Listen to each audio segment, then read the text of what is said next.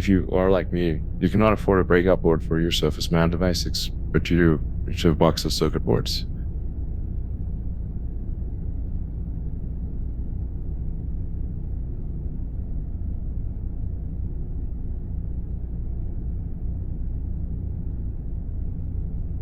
Find a bus line with similar pitch as your X-Legs.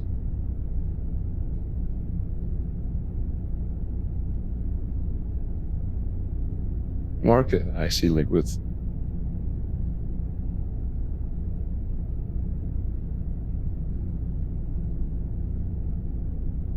cut away the middle section.